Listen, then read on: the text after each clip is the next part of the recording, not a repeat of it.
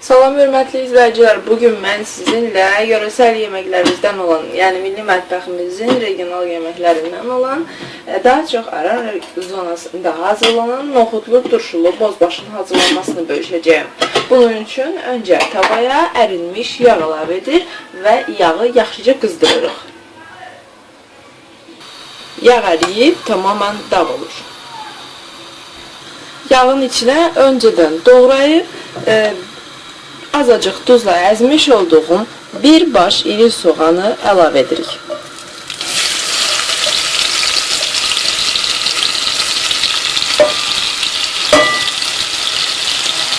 Gecədən suda ıslatmış olduğumuz noxudların üzərinə azacıq su əlavə edirik. Təxminən yarım stəkan noxud istifadə etmişəm.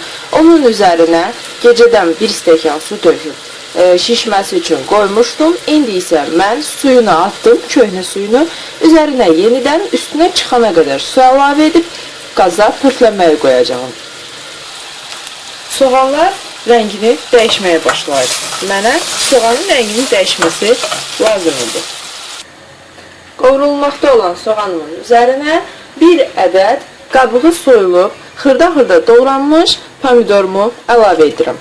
Nəzərinizə çatdırım ki, pomidor və soğan yaxşıca qovrulacaq.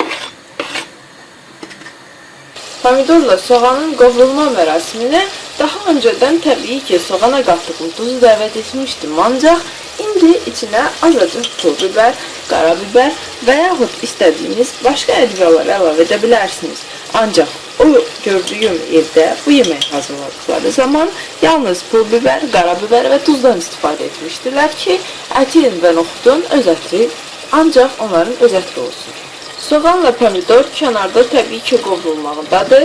Mən sizə ətin başına gələnlərdən danışım. Deməli belə, 6 tikə iri, sümüklü əti atıb axşamın üzərinə su çıxana qədər su doldurub, içinə bir ədəd iri baş soğan, bir dilim incə limon, təbii ki, qabığı çıxarılmış limon atıb qaynatmışam.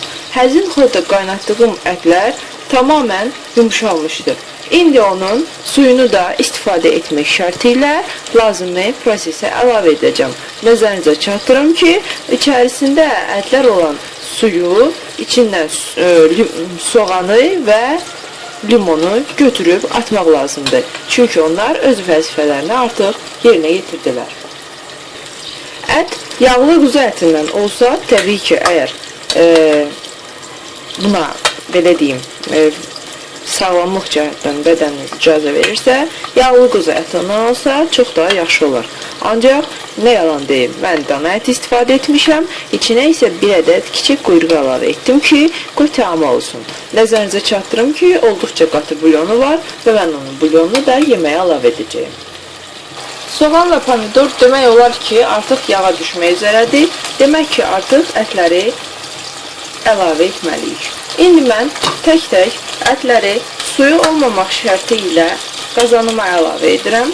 Daha sonra qarışdırıb, ağzına qapaq bağlayıb, təxminən 2-3 dəqiqə müddətində həzin xodda soğanla pomidorla ətləri qovuracağım. Qarışdırırıq.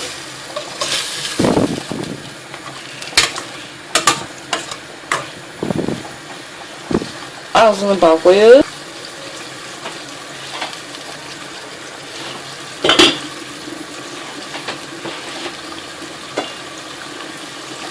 5 dəqiqə keçdi, qapağı qaldıracağım və altında artıq demək olar ki, öz suyunu da azacıq pomidora və soğana buraxmış olan ətin hazır olduğunu hiss edirəm. İndi mən onun içinə yavaş-yavaş digər ərzaqları əlavə edəcəyim.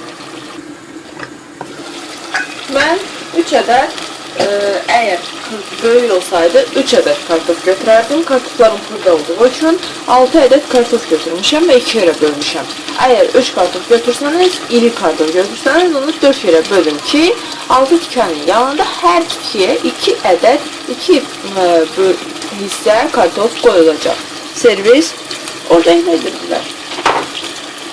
Kartofu da yaxşıca qovurub, ət ilə bahəm, yüngülcə qarışdırırıq. İndi sıra noxuddadır. Noxudun suyunu süzüb yeməyimə əlavə edəcəm. Yaxşı olar ki, noxudun birini çıxarıb yoxlayasınız. Bişib-bişmədiyini dişləyib dəqiqləşdirəsiniz. Noxudun tam yumuşaq olmaması lazımdır ki, yeməkdə əzilməsin. Belə deyim, üstü, qabığı rahat çıxan, içinə dişlədiyinizdə isə bir hissəsi, cüzü bir hissəsində sərtlik hiss etməlisiniz ki, qazanda ətlə qaynayanda öz suyunu ət ona verdiyi müddətdə noxud əzilib yeməyin görkəmini itirməsin. Yeməyimə noxudları əlavə edirəm. Yenidən qarışdırırıq. Və artıq bu etapda bulyonu əlavə etməyin vaxtı çatdı. Əgər əti pörtlədərkən bulyonun kəfini götürməmsinizsə, yaxşı olar ki, indi mütləq bulyonu süzgəcdən keçirdəsiniz. Mən kəfini götürdüyüm üçün bulyonu süzgəcdən keçirməyə ehtiyac qalmadı. Təxminən 20 dəqiqə tamam zəif odda, ağzı bağlanmış formada yeməyimiz pişəcək. Qazın xodunu alırıq. Nəzərinizə çatdırım ki, içinə istifadə edəcəyim uzun, çox da turş olmayan turşu növünü mən artıq suda islatmışam. Turşunu suda isladıb saxlasanız yeməyiniz qara olmaz və nəticə etibarilə həm də onu ən sonda tökdüyümüz üçün yumuşaqlığı, yeməyin yumuşaqlığına uyğun gəlir.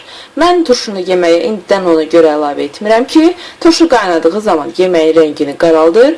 Bu isə mənim istəmədiyim nəticədir. Ona görə də indi turşunu kənara qoyub, yeməyin ağzını bağlayıb 20 dəqiqə yeməyi qaynadıram. İçindəki kartof və noxudların tamamən həll formaya gəlməsini gözləyirəm. Ən son etapda isə təxminən yeməyimin süfrəyə verilməsinə 5 dəqiqə qalmış, belə deyim. Qazın altını söndürməyimə 5 dəqiqə qalmış, turşunu əlavə edəcəyim. İndi isə yeməyin ağzını bağlayıb qoyaq, yavaş-yavaş, həzin-həzin qaynasın ki, o öz ləzzətini, gözəlliyini bir-birinə versin. Tam 25 dəqiqə sonra mən qazanın ağzını açıram. Gördüyünüz kimi o qaynayır. Altından incitmədən. Çünki artıq kartuşkalarım da tamamən yumuşalıb. Görüntüsü itə bilər yeməyimin. Qarışdırıram. Kartofun yumuşaqlığına baxıram. Bəli, o artıq yaxşıdır.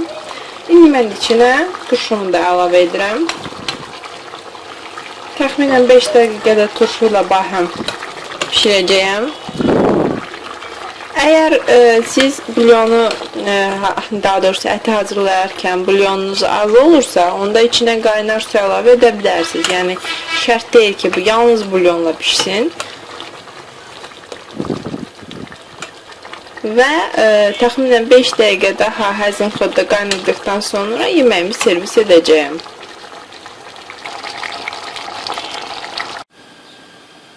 Yeməyimiz hazırdır və mən artıq yeməyi servis etdim.